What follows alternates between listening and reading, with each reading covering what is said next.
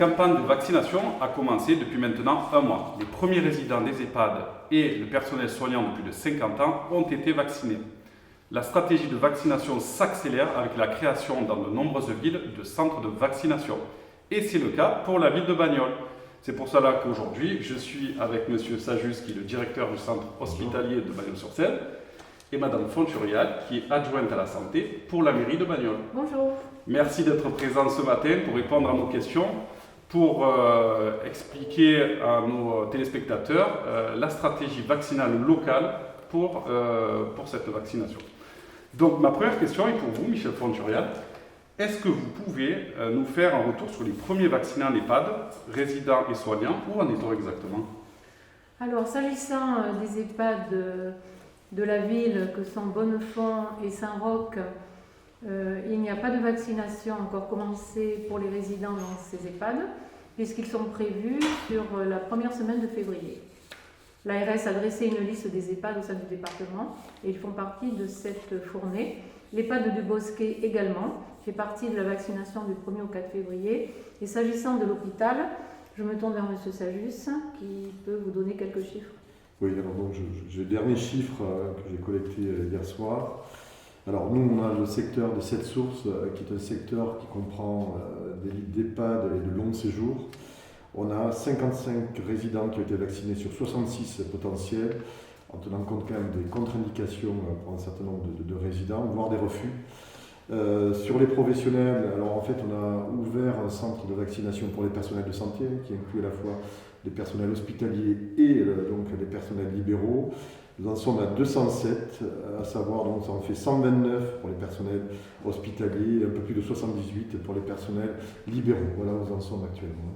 Très bien. Et pour Mme Fonturial, pour le centre de vaccination qui vient d'ouvrir au centre Léo Lagrange à Bagnols, alors est-ce que c'est un centre de vaccination municipal ou est-ce que c'est un centre de vaccination qui est piloté par l'hôpital? Alors, c'est un centre de vaccination qui émane de l'hôpital de Bagnols. Si vous voulez, on est une sorte d'antenne déportée, mais c'est le centre hospitalier de Bagnols qui en a la responsabilité. Mais c'est un partenariat, j'ai envie de dire, tripartite, hôpital, mairie et médecine libérale. Vous êtes donc copilote de la gestion de ce centre de vaccination? Alors, on est pilote chacun à sa place, M. Sajus au sein de son établissement. Et il pourra vous en dire plus s'il souhaite. Moi, au niveau de la mairie, et je travaille en étroite collaboration avec le docteur Fressine pour les médecins libéraux et pour les infirmières libérales, une coordinatrice qui est Sophie Lissac. Très bien. Monsieur Sajus, donc vous êtes une des chevilles ouvrières du processus en cours pour ce centre de vaccination. Vous êtes en lien direct avec l'ARS. Est-ce que vous pouvez nous dire combien de personnes vont pouvoir être vaccinées par jour ou par semaine? Alors, à ce stade, on commandera sur les deux centres, enfin les deux antennes, puisque Mme Fonturial parle effectivement du site de Léo Lagrange, qui est couplé avec celui du centre hospitalier de Bagnols-sur-Cèze, où se trouve la vaccination des personnels de santé. Je le précise, puisqu'il faut bien faire une séparation des deux. Il ne faut pas que le grand public mélange à la fois la vaccination sur le site de l'hôpital et effectivement sur le site de Léo Lagrange, qui est réservé au grand public, plus de 75 ans et polypathologique. On est sur une base de 80 commandes par jour, donc de doses, mais ça je dirais c'est un chiffre très très bas. Il a vocation à s'accélérer, surtout sur la partie du grand public. Il faut bien rappeler quand même, c'est des gens de 75 ans et plus actuellement qui sont sur la phase de démarrage et des personnes polypathologiques. Donc on peut imaginer que cette première semaine de démarrage nous amènera, je pense dans les semaines suivantes, en fonction des livraisons, à une accélération du nombre donc, de vaccinés, avec l'arrivée aussi de nouveaux vaccins sur le territoire. Très bien. Donc vous m'avez dit que aujourd'hui c'est pour le grand public, c'est les plus de 75 ans. Quand on a plus de 75 ans, comment ça se passe? Comment est-ce qu'on peut s'inscrire justement pour être vacciné, prendre rendez-vous? Comment ça se passe aujourd'hui? Alors, il y a deux dispositifs techniques. D'abord, il faut savoir que ce soit la mairie ou l'hôpital, on ne maîtrise pas ces dispositifs techniques, à savoir donc qu'il y a une politique nationale qui a été définie sur les appels téléphoniques avec une plateforme territoriale. Alors, le numéro de téléphone vert national renvoie sur la plateforme territoriale qui est gardoise, adossée au CHU de Nîmes. C'est un numéro vert qui est tout à fait gratuit et accessible. complété effectivement par une plateforme informatique qui est Doctolib, et les deux se répondent. C'est-à-dire que donc, dès le moment où les personnes ont la capacité de passer donc, par Doctolib, donc elles s'inscrivent, mais il y a saturation, on a vu effectivement dès le début du démarrage de Doctolib, elles passent par un appel téléphonique. Et cet appel téléphonique, en fait, ne peut apporter une réponse qu'en fonction des plages disponibles sur Doctolib. Mais il faut bien préciser aujourd'hui qu'il y a quelques problèmes techniques, donc et que les choses devraient s'améliorer les jours passants. Donc il faut aussi beaucoup de patience. On sait effectivement qu'il y a une attente qui est de plus en plus forte, mais là ce qu'on demande surtout, Madame Fonturial, moi je reviendrai là-dessus, c'est de la patience aussi, donc vu les difficultés que l'on peut avoir. Très bien. Au niveau technique, est-ce que quand on vient, Madame Fonturial, est-ce que quand on a rendez-vous pour son vaccin, est-ce qu'il faut se faire dépister avant de venir? Non, il ne faut pas se faire dépister avant de venir. Dans le questionnaire médical qui est donné à l'arrivée de la personne, de toute façon, il y a une question sur est-ce que vous avez eu le Covid, est-ce que vous avez été dépisté, ou est-ce que vous avez été en contact avec une personne de façon très récente, je veux dire dans les 7 jours qui ont précédé. Et sinon, on ne vient pas avec un test ni antigénique, ni PCR à la vaccination. Merci. On sait aussi que souvent les personnes âgées ne maîtrisent pas forcément l'outil informatique, c'est un peu compliqué.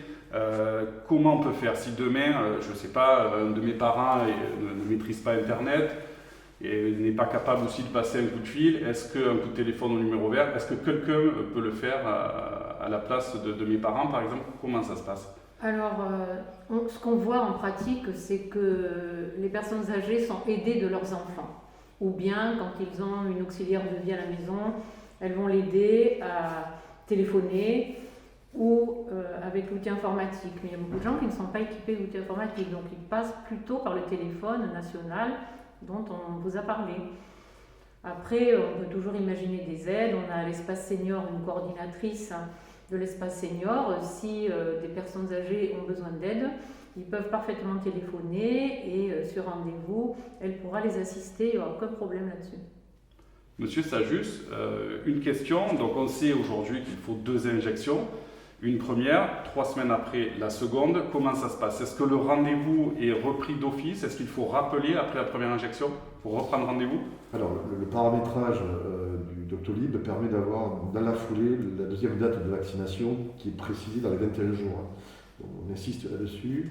On a vu effectivement que la plateforme donc, avait ajusté à 26 jours en fait. Et donc nous on reprendra au niveau du paramétrage donc, le J+21 qu'on appelle. Donc c'est comme ça que ça se fait, alors de façon automatique. Très bien. Michel Fonturial, on sait que notre pays est adepte des pratiques administratives. Si je veux me rendre au centre de vaccination le jour de mon rendez-vous, quel document dois-je apporter? Est-ce que je prends une ordonnance? Est-ce qu'il faut ma carte vitale, une carte d'identité? Alors, à l'heure actuelle, comme vous le savez, les plus de 75 ans sont éligibles à la vaccination. Pour ces personnes, il n'y a absolument pas besoin d'ordonnance. De fait, ils sont éligibles à la vaccination. Pour les moins de 75 ans, qui sont porteurs de polypathologie ou de comorbidité, pour reprendre le terme, ils doivent venir avec une prescription de leur médecin. Pourquoi? Parce que des personnes pressées d'être vaccinées pourraient s'auto-déclarer porteurs de comorbidité et vouloir passer devant les autres. Et finalement, on arriverait à l'effet inverse recherché, puisqu'on veut vacciner plus de 75 ans. Donc nous, on préconise d'arriver avec une ordonnance, parce que ce n'est pas à nous de faire le tri. On ne connaît pas le dossier du patient. Donc ceux-là, il faut qu'ils viennent avec un certificat médical, pas une prescription forcément, mais un certificat qui dit oui, il faut qu'il soit vacciné. Sous réserve qu'il ait bien pris son rendez-vous par téléphone ou sur Doctolib, bien entendu. Et s'agissant d'autres documents, puisqu'on m'a questionné sur la totalité, quand on arrive, il faut évidemment avoir sa carte vitale, sa carte de mutuelle et aussi une carte d'identité, toujours pareil, 75 ans, on vérifie la réalité des faits. Voilà. Monsieur Sajus, donc la vaccination aujourd'hui dans le Gard se fait sur 3 pôles, donc Nîmes, Alès, Bagnoles depuis hier, puisque le centre de vaccination est ouvert hier, on le rappelle. Quel est le périmètre de domiciliation pour les personnes qui peuvent venir se faire vacciner à Bagnoles? Est-ce que ce n'est réservé qu'aux habitants de Bagnoles-sur-Cèze? Est-ce que c'est élargi à l'agglomération du Gard rhodanien? Qui peut venir se faire vacciner aujourd'hui? Alors d'abord une précision, ça ne sera pas 3, mais ça ira 5, puisque donc UZES normalement devrait ouvrir son centre de vaccination prochainement, et sur la partie nîmoise aussi, il y aura un centre complémentaire, donc pour éviter la saturation. Alors très clairement, on a positionné ce centre de vaccination sur le Gard d'Agnon, c'est-à-dire une potentiel de 140 000 habitants. À l'évidence, c'était cette zone qui était définie, mais aussi une volonté affichée de l'Agence régionale de santé d'éviter de disséminer les centres de vaccination sur l'ensemble du territoire. C'est une politique stratégique, mais de concert aussi avec la préfecture du Gard. On a beaucoup parlé au départ, avant de démarrer cette campagne de vaccination, de consentement. Est-ce qu'il est toujours d'actualité? Et si oui, à quel moment le consentement est-il demandé? Alors là, vous parlez surtout des résidents en institution. Ce consentement préalable se fait quasiment au moment de la préconsultation vaccinale. Donc, c'est-à-dire, on demande effectivement aux résidents ou à la personne de confiance des résidents d'accepter ou non, enfin, du moins d'accepter la vaccination. Et en fait, ce qu'on constate surtout, c'est qu'il y a eu peu de refus. Moi, je parlerai de mon secteur et cette source en particulier. Je vous dis, à ce jour, ça doit être 4 à 5 personnes qui ont refusé maximum de se faire vacciner. Madame Fonturial, est-ce qu'on a une idée aujourd'hui de ce que représente le nombre d'habitants qui ont plus de 75 ans et qui sont concernés justement par le centre de vaccination de Bagnols? Alors, sur Bagnols-sur-Cèze, une estimation des plus de 75 ans est à 2900 personnes environ. Et sur le Gard rhodanien, potentiellement éligible, on serait à 8000. Voilà. Monsieur Sajus, Pfizer, Moderna, BioNTech, en quelques mots, est-ce que vous pouvez nous éclairer sur les prétentions et caractéristiques majeures de ces 3 sérums?